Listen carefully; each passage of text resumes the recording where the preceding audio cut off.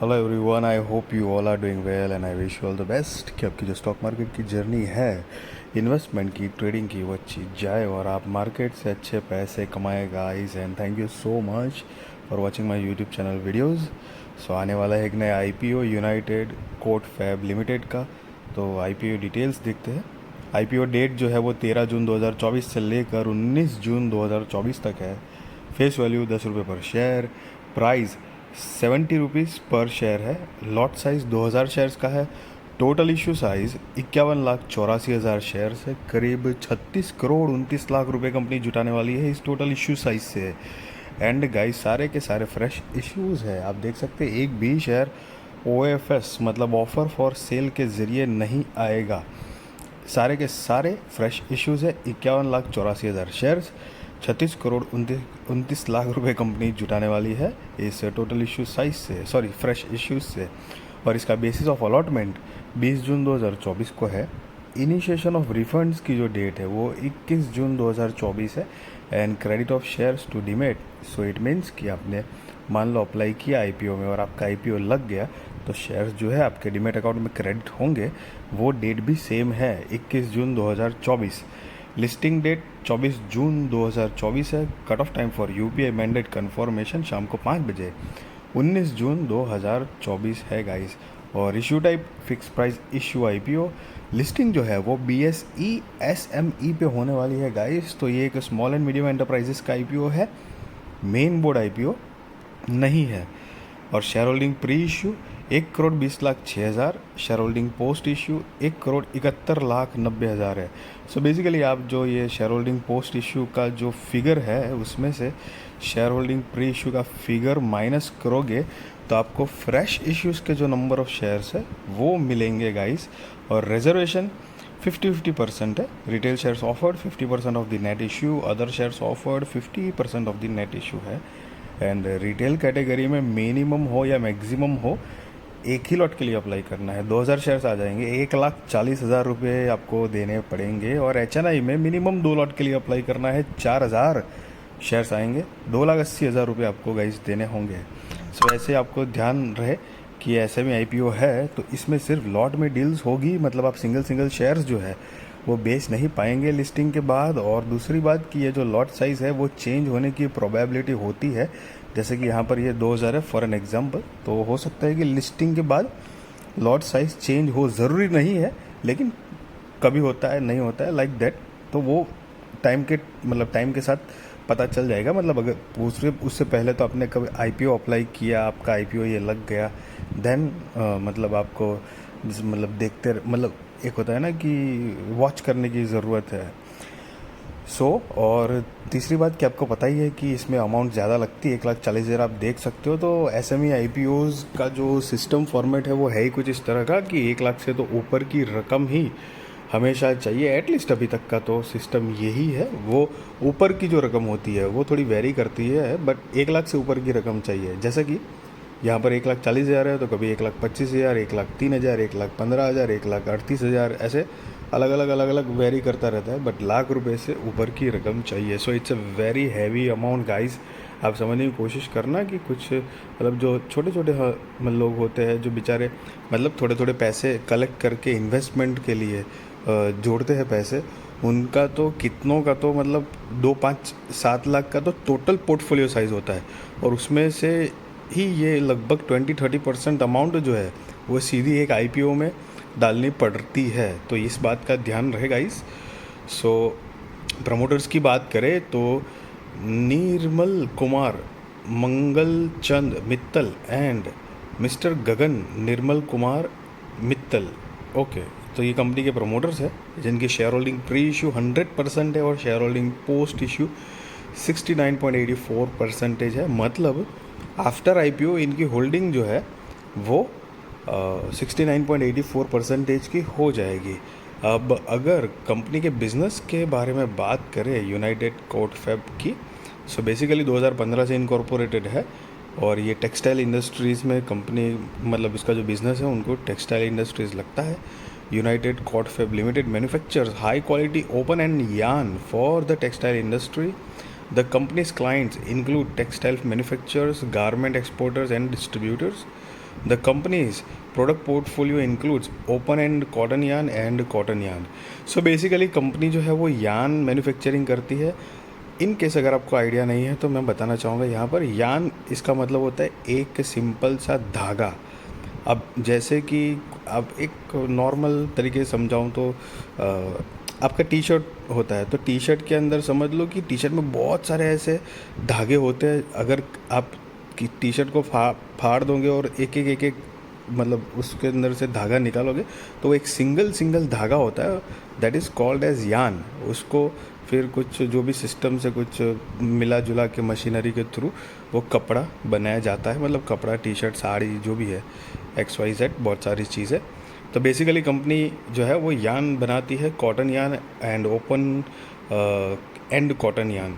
The company's manufacturing process address to stringent quality standard and is backed by advanced technology and machinery.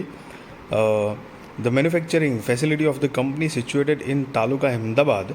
The manufacturing facility of the company has an installed capacity of around 9125 metric ton per annum. So basically Ahmedabad based, Gujarat based company है और company के पास 30 नवंबर 2023 के हिसाब से करीब 85 employees की team है अभी तक। और कंपनी बेसिकली वो बिज़नेस क्या जनरेट कर रही है, तो यहाँ पर 31 मार्च 2021, 22, 23 और 30 सितंबर 2023 के फाइनेंशियल्स दिए गए हैं गाइस। और यहाँ पर लेटेस्ट वाला जो है 30 सितंबर 2023 का, वो हम फाइनेंशियल्स नहीं देखेंगे because year on year basis का डायरेक्ट फाइनेंशियल्स कंपेयर करेंगे ताकि एटलीस्ट पता चले कि ये 2-3 साल में कंपनी ने प्रोग्रेस क्या किया हुआ है। और ये सारे फिगर गाइस लैक्स में है, मैं आपको करोड़ में कन्वर्ट करके बताने वाला हूँ। सो असेट की बात करें तो 31 मार्च 2021 के अकॉर्डिंग 1,07,00,000 रुपये के आसपास थी, जो कि 31 मार्च 2023 में 53,67,00,000 रुपये के आसपास हुई है। रेवेन्यू 2021 की नहीं है लेकिन 23 में 64,00,000 रुपये के आसपास हुआ है। प्रॉफिट आफ्टर टैक्स जो कि -11,000 रुपये के आसपास कुछ था, जो कि प्लस होकर 13 लाख रुपए के आसपास हुआ है। नेटवर्थ जो है वो 22,000 रुपये के आसपास से बढ़कर 9,93,00,000 रुपये के आसपास हुआ है। और टोटल बोरोइंग्स जो है वो 1,06,00,000 रुपये से बढ़कर 38,21,00,000 रुपये के आसपास गाइस हुआ है। और आप नीचे देख सकते हो कि अमाउंट इन लैक्स लिखा हुआ है। सो बेसिकली यहाँ से अगर फाइनेंशियल से अगर कंपनी का बिज़नेस और उसकी बिज़नेस स्ट्रेंथ देखे कि क्या रेवेन्यू है, क्या नेट प्रॉफिट जनरेट हो रहा है, क्या चल रहा है, तो एक मोटा मोटी बताऊँ तो मुझे जो मेरे ओपिनियन के हिसाब से गाइस बोरोइंग्स के कंपेयर में जो कंपनी की रेवेन्यू और प्रॉफिट है वो इतना खास नहीं दिख रहा है। हालांकि थोड़ा ग्रोइंग मोड में ज़रूर दिख रहा है, बट बोरोइंग्स थोड़ी कुछ अकॉर्डिंग टू मी थोड़ी सी ज़्यादा लग रही है। हालांकि नेवर द माइंड, बिकॉज जब भी कंपनी इतनी छोटी होती है ना तो ये सारी चीज़ें उथल पुथल जो होती है वो आती रहती है। कोशिश करनी चाहिए कंपनी को कि कम से कम बोरोइंग ले ज़्यादा से ज़्यादा रेवेन्यू नेट प्रॉफिट जनरेट कर पाए। लेकिन हाँ, थोड़ा मोटी एक ठीक ठाक जैसा लग रहा है गाइस, बट बोरोइंग्स जो है वो SME के हिसाब से ज़्यादा है बिकॉज कंपनी का जो मार्केट कैपिटलाइजेशन जो है वो आप देख सकते हो कि करीब 120 करोड़ रुपए के आसपास का ही है। एंड येस, नेवरदलेस गाइस, मैं आपको ये भी बताना चाहूँगा साथ में, मैं मतलब कोई नेगेटिव इमेज पोर्ट्रे नहीं कर रहा हूँ मतलब कंपनी की, ना ही मैं पॉजिटिव इमेज बना रहा हूँ। जो मेरा पॉइंट ऑफ व्यू ओपिनियन है वो मैं आपके साथ शेयर करता हूँ। एंड गाइस, कोई बाय और सेल रिकमेंडेशन भी नहीं दे रहा हूँ, ना मैं आपको IPO में अप्लाई करो या ना करो वो भी नहीं बता रहा हूँ। वो आप अपने रिसर्च फाइनेंशियल एडवाइज़र को पूछ कर करना। एंड बट गाइज ऐसा है कि जहाँ जहाँ पर आपको जो जो वैल्यूएबल चीज़ होती है ना उसको जितना केयरफुली देख पाओगे या ऑब्ज़र्व कर पाओगे उतना बढ़िया है। अब यहाँ पे अभी मतलब इन शॉर्ट में उसका जो फाइनेंशियल्स है वो मतलब इतना कुछ खास इंप्रेसिव लगा नहीं, राइट। लेकिन ज़रूरी नहीं है कि ये ऐसे के ऐसे ही रहता है।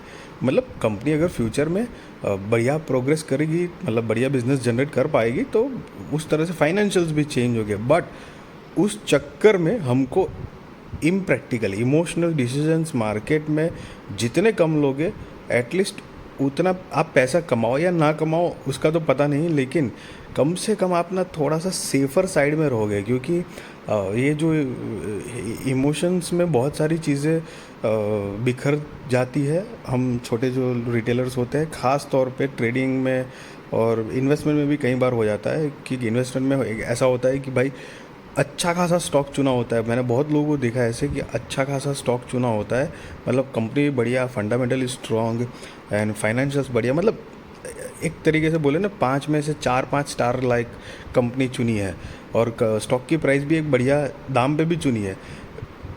प्रॉफिट कमाते भी है लेकिन रेजिस्ट ही नहीं कर पाते। जैसे मान लें एग्जांपल 100 पे कोई कंपनी का शेयर है, बढ़िया कंपनी है, और 100 का 120 तक गया, और उतने में तो थोड़ी मोटी अगर नेगेटिव न्यूज़ या कुछ वापस 110 तक आ गया, तब तक तो बेच देते हैं। बड़े प्रॉफिट की वेट ही नहीं कर, फिर बाद में पता चलता है अरे इसका तो 200-300 रुपये का प्राइस हो गया।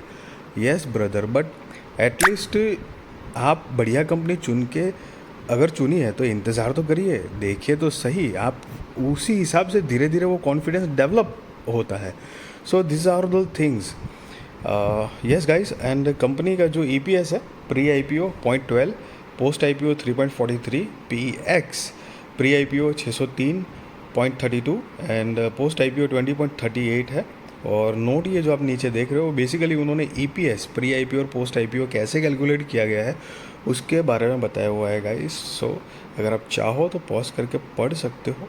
एंड कंपनी का अगर ऑब्जेक्ट ऑफ इश्यू अगर देखें तो यहाँ पर मेजरली 3 ऑब्जेक्ट ऑफ इश्यू दिए हुए हैं, जिसमें पहला है to meet working capital requirements, general corporate purposes and to meet public issue expenses.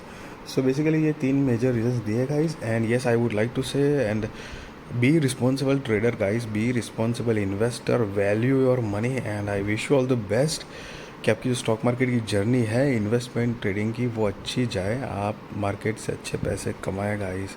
Video अच्छी लगी तो ज़रूर लाइक शेयर सब्सक्राइब करिए, आपके सारे कॉन्टैक्ट के साथ भी मेरी वीडियो चैनल शेयर करिए, ताकि उनकी भी स्टॉक मार्केट की जर्नी और भी ज़्यादा कॉन्फिडेंट सक्सेसफुल अवर हो पाए guys. And please support me my channel, and thank you so much guys.